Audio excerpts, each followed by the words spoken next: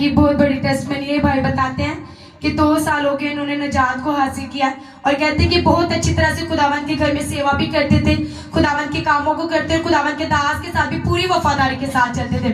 ये कहते हैं कि जैसे मेरी प्रेयर लाइफ कम हुई, मेरी फास्टिंग लाइफ, मेरी स्टडी लाइफ कम हुई, मैं खुदावंद से थोड़ा थोड़ा पीछे होना शुरू हुआ, तो कहते वैसे स्पिरिट ने, उस शैतान ने मुझ पर अटैक करना शुरू किया।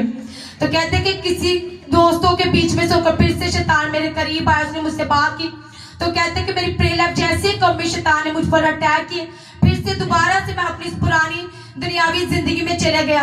कहते वही काम दुनियावी में करना शुरू कर दिए, वही चीजें मेरी लाइफ में, वही सोचे मेरी लाइफ में आना शुरू हो गई।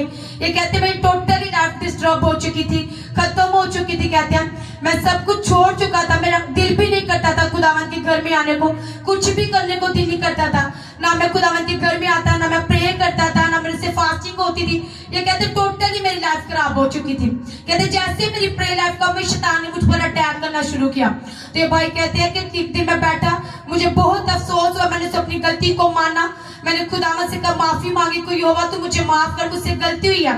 क्या खुदा मेरी प्रे लाइफ कम होने से मेरे पर शैतान ने अटैक किया, खुदा मेरी सेवा मुझसे छूट चुकी है, वो पाप फिर से मेरी जिंदगी में आया। तो कहते हैं कि जैसे मैंने खुदावंद के घर में आकर अपनी गलती और खताओं का इकरार किया, कहते मैंने अपने फादर के पास आकर उनसे भी माफी मांगी, मैंने खुदावंद से भी माफी मांगी कि यहोवा तू मुझे माफ कर और मुझे बहाल कर।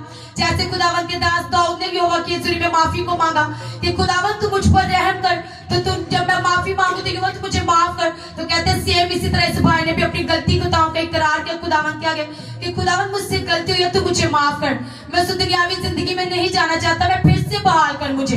तो कहते जैसे इन्होंने अपना इकरार किया अपनी गलती खताओं का, तो यहोवा ने इनको बहाल किया। इन्होंने अपने फादर के पास भी जाकर इकरार किया कि मुझे माफ करें, मुझसे गलती हुई है। तो कहते जैसे ही ट्यूसडे मिट्टी को खुदावंद के घर में खुदावंद के दास ने इनको ले हैंड किया, ये भाई टोटली डिलीवर हुए और आज ये बड़ी गवाही के साथ खड़े। हालेलुया।